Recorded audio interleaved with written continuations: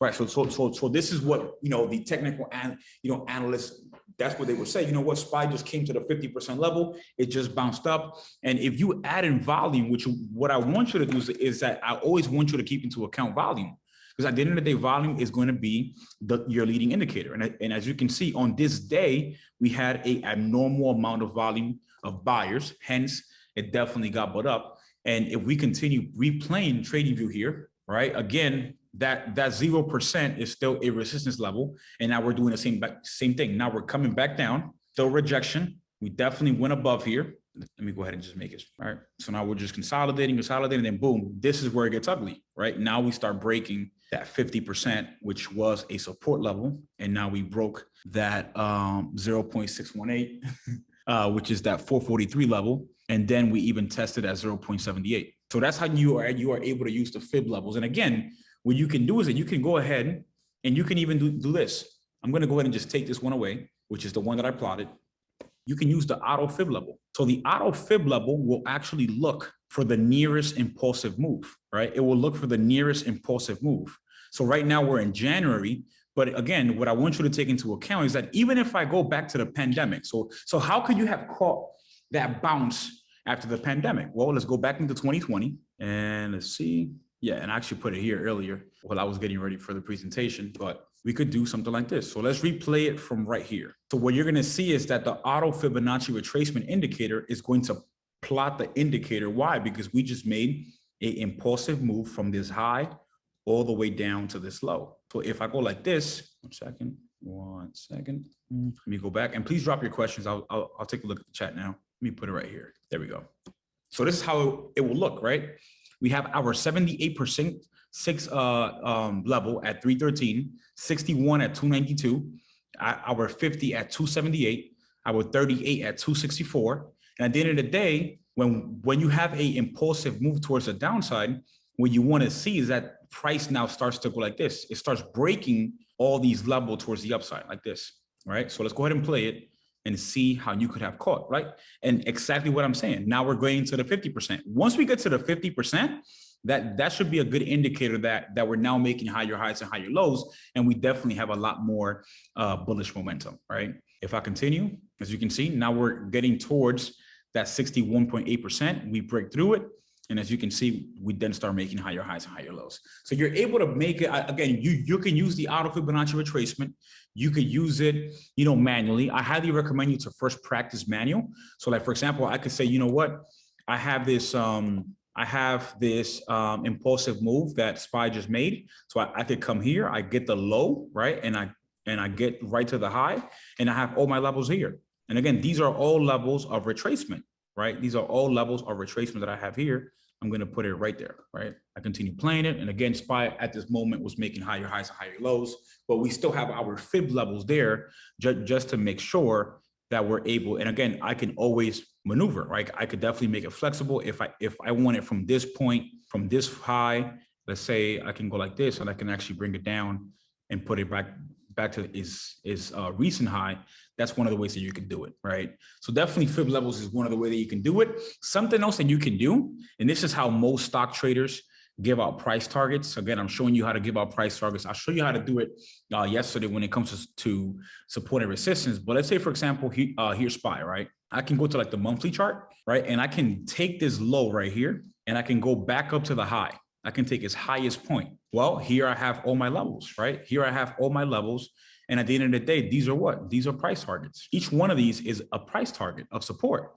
So right now, SPY, in the last month, we've broken that 382.77 level, which is that 0.236, level when it comes to the fib levels. The next target is 322 on the monthly chart, right? And that's when we break that 0.382 level.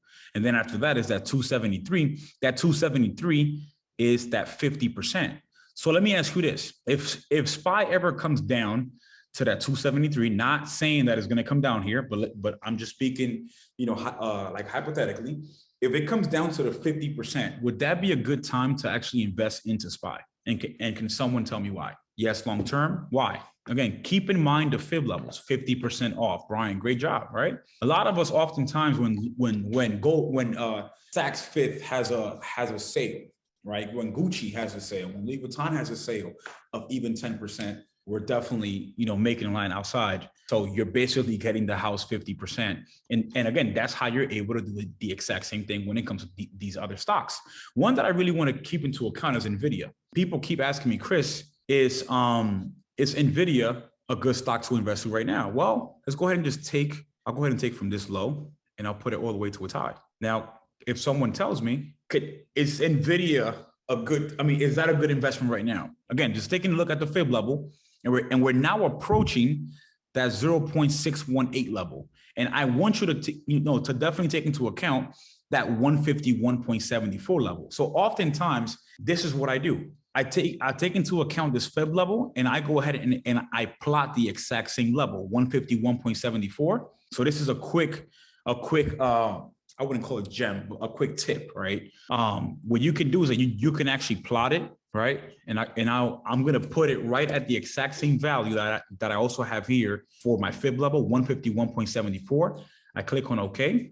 And then from there, I'm going to create an alert. That alert, I can say, you know what? If NVIDIA is crossing or gets to that level, that would be a good time to buy, right?